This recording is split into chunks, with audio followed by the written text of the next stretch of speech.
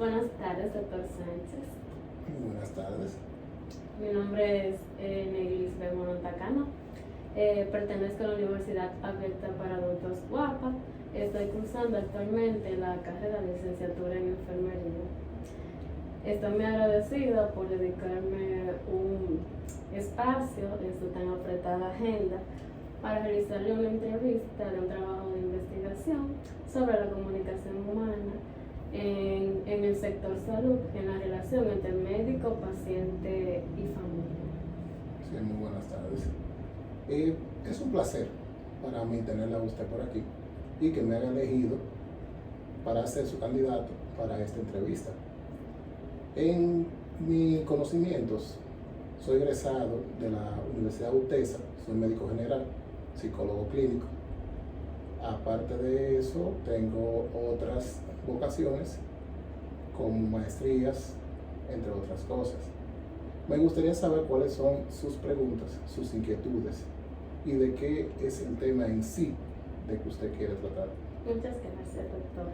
El tema a tratar será la comunicación humana, como dije anteriormente, en el ámbito de la salud. Como sabemos, la comunicación humana consiste en intercambiar información, pero específicamente en el sector salud, como sabemos, es un elemento muy primordial. Entonces, para mí es un honor realizarle esta entrevista. Para ello, yo he formulado una serie de preguntas que abordan aspectos generales para determinar en sí el tema de la comunicación humana. Ok. ¿Puedo iniciar? Sí, iniciemos. Perfecto. La primera pregunta es: ¿qué es la comunicación humana y su importancia desde la relación médico, paciente y familia? Por la parte de la comunicación humana es el proceso de intercambio de información, es decir, la información que yo le brindo al paciente y a sus familiares, que sea una información entendible, tangible y sobre todo que esa persona entienda lo que está pasando, no solamente que yo diga algo por decirlo. No puedo decirle a ese paciente, usted tiene algo en términos médicos, cuando ese paciente no entiende lo que yo le estoy diciendo. Eso es a lo que se refiere. Y su importancia desde la relación con el médico, el paciente y la familia, porque como sabe es una cadena. No Sí. solamente aborda el médico, sino también hay otros elementos que intervienen. Sí, lo que en esta parte podemos comprender que el médico es la unión que existe entre el familiar, el paciente y el hospital, y el personal de salud y las enfermeras, que son una de las partes más importantes en el sector salud. Por motivo a que la enfermera es la que me ayuda, me mantiene al tanto y sobre todo tiene el cuidado del paciente. El paciente tiene que saber lo que tiene, porque yo no hago nada diciéndole a usted tiene esto, cuando se lo dije de una palabra que usted no entendió. Por eso hay que tener un buen manejo y sobre todo tener un buen intelecto, buen lenguaje para que se pueda entender. Tiene mucha razón. ¿Podemos proseguir? Sí. La segunda pregunta dice: ¿cuál es la importancia de la comunicación asertiva en el contexto médico-paciente? Como sabemos, la comunicación asertiva consiste en defender su punto de vista sin violar los derechos de los demás. En realidad, la comunicación afectiva permite que el paciente y el médico congenien y el médico libere su pensamiento o libere la parte de lo que es humanitaria, ayude, entienda y comprenda el dolor del paciente. Sobre todo, el paciente entienda que el médico no es un tímpano de hielo, sino que también siente. Entonces, por eso mismo, tenemos que tener una buena comunicación médico-paciente para que puedan entenderse mutuamente todo, igual que familia, médico y personal. Perfectamente. La tercera pregunta dice: ¿cuáles habilidades comunicativas debe haber en la relación médico-paciente? En la parte comunicativa, En esta parte podemos encontrar que tenemos lo que es escuchar activamente, como lo venía diciendo anteriormente. Escuchar, empatía y sobre todo la claridad que yo le brinde a usted para que usted entienda lo que yo le quiero decir, o como dicen en la calle, dejar dicho. Sobre todo la parte de contribuir al entendimiento, que si yo le digo a usted, usted tiene un fibroma o usted tiene una masa muscular, o vamos a ponernos algo más sencillo, usted tiene una bolita, que cuando yo le diga a usted, usted tiene una bolita, usted me entienda a mí, que yo intento llegar a que usted tiene un fibroma, o que yo quiero que usted entienda que usted tiene algo, pero que sea la verdadera palabras, el lenguaje coloquial que debe de mantenerse y tenerse. Muchas gracias por su ejemplo, realmente abarcó una habilidad muy importante. Prosigamos con la siguiente.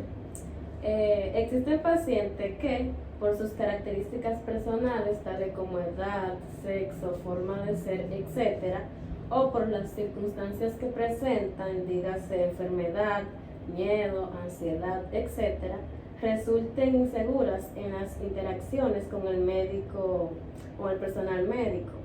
Cuando esto pasa, ¿cómo usted cree que debería ser la comunicación, el manejo de las emociones y la percepción? Tenemos varias etapas en esa parte. Vamos a comenzar de atrás hacia adelante. Los de atrás son los envejecientes o pacientes de la tercera edad.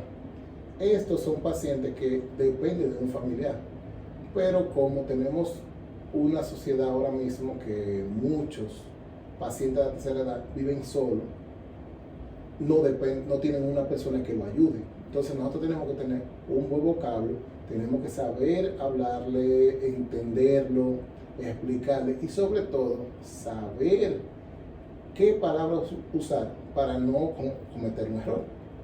Porque yo le puedo decir una cosa, como un ejemplo, la canción de Ay Doctor, que esa canción, el doctor le dijo que tenía 3 meses, ya van 9 y el hombre no se muere. Entonces, por eso, es una canción de un relajo, pero es un ejemplo. Igual que la canción de Juan Luis Guerra, no hay nada en los hospitales, pero eso es otra cosa. En la parte de los jóvenes, tenemos que tener en cuenta que los jóvenes ahora mismo, con los métodos que hay, o sea, el uso de juca, el uso de sustancias y cosas así, terminan sin entender la gravedad que tienen en su patología o su enfermedad. En los ya adultos, a partir de los 40 años, 45, que no tienen nada, ellos nunca tienen nada, pero siempre tienen algo. A eso hay que explicarle también. Y si nosotros no usamos un lenguaje coloquial, o sea, un lenguaje llano, coloquial, dígase un lenguaje también de la calle, no nos van a entender. Tenemos que tener una buena comunicación, sobre todo el tiempo buena comunicación.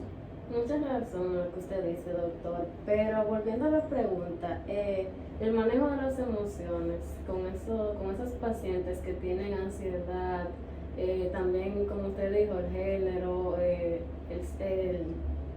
la forma de ser, la ansiedad, las enfermedades que tienen, ¿cómo se maneja esa parte? En esa parte nosotros tenemos que tener mucho cuidado, porque tenemos que intervenir lo que es, en mi caso, como soy psicólogo, puedo manejar un poco esa parte entre la medicina y la psicología. Pero en el caso de una enfermera que no es psicóloga, no va a saber que esa persona lo que tiene es una depresión postparto y llegó aquí con un dolor intenso que no existe. O una persona que tiene preeclampsia, que no tiene nada, según el diagnóstico, ella no tiene nada, pero ella siente un dolor. Entonces tenemos que tener en cuenta la empatía siempre.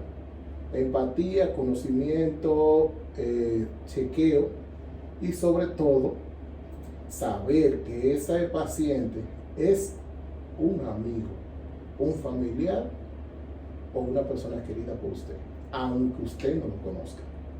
Siempre piense que ese paciente es un amigo, un familiar, no una persona que le hizo un daño. Ok, nosotros a veces tenemos 8, 12, 24 horas de servicio y somos mal hablados, es verdad. Pero eso no nos quita que tenemos que tener empatía. Porque cuando a mí me duele la cabeza, yo me automedico, un ejemplo. Pero cuando ya yo no aguanto el dolor de cabeza, ¿dónde yo voy? Donde mi colega. Y si mi colega no sabe hablar de lo que yo tengo, ¿qué va a pasar? Voy a colapsar. Por eso es importante que practiquemos la asertividad. Sí, asertividad, empatía y sobre todo el saber entender a los demás. Perfecto. Por último, para culminar, está esta pregunta. ¿Qué estrategia de comunicación utilizaría en el intercambio de mensajes con el paciente? La primera estrategia que utilizaríamos, en realidad, sería yo hablar directamente con el paciente. Ahora, dependiendo del caso que tengan al frente. Porque si es un caso sencillo de una apendicitis, el paciente ya está operado, yo le digo al familiar, mira, tiene una apendicitis, se operó, esto, aquello. Pero si el caso amerita de que es un paciente de la tercera edad, que en realidad yo no puedo venir a decirle, usted tiene esto. Yo tengo que hablar con sus familiares primero. Aprender a decir las respuestas, aprender a entender que nada más no somos nosotros, que nosotros podemos ayudarnos mutuamente. También el mensaje debe ser claro. Sí, sobre todo eso. Y tener en cuenta de que, como vuelvo y les repito, ese paciente puede ser familia suya. Entonces, eso debemos siempre tenerlo en cuenta. Empatía ante todo. Perfecto. Bueno, yo le agradezco mucho su tiempo que me dedicó porque sé que tiene una agenda bastante apretada. Sé que con esto que me ha dado, con estos minutos que me ha dedicado de su tiempo, sus conocimientos y sus experiencias me van a servir no solo como profesional, sino también en la investigación que yo estoy realizando, pero también como profesional en el futuro. Muchas gracias y que pase buenas tardes. Gracias, feliz tarde para usted también. Mucho gusto.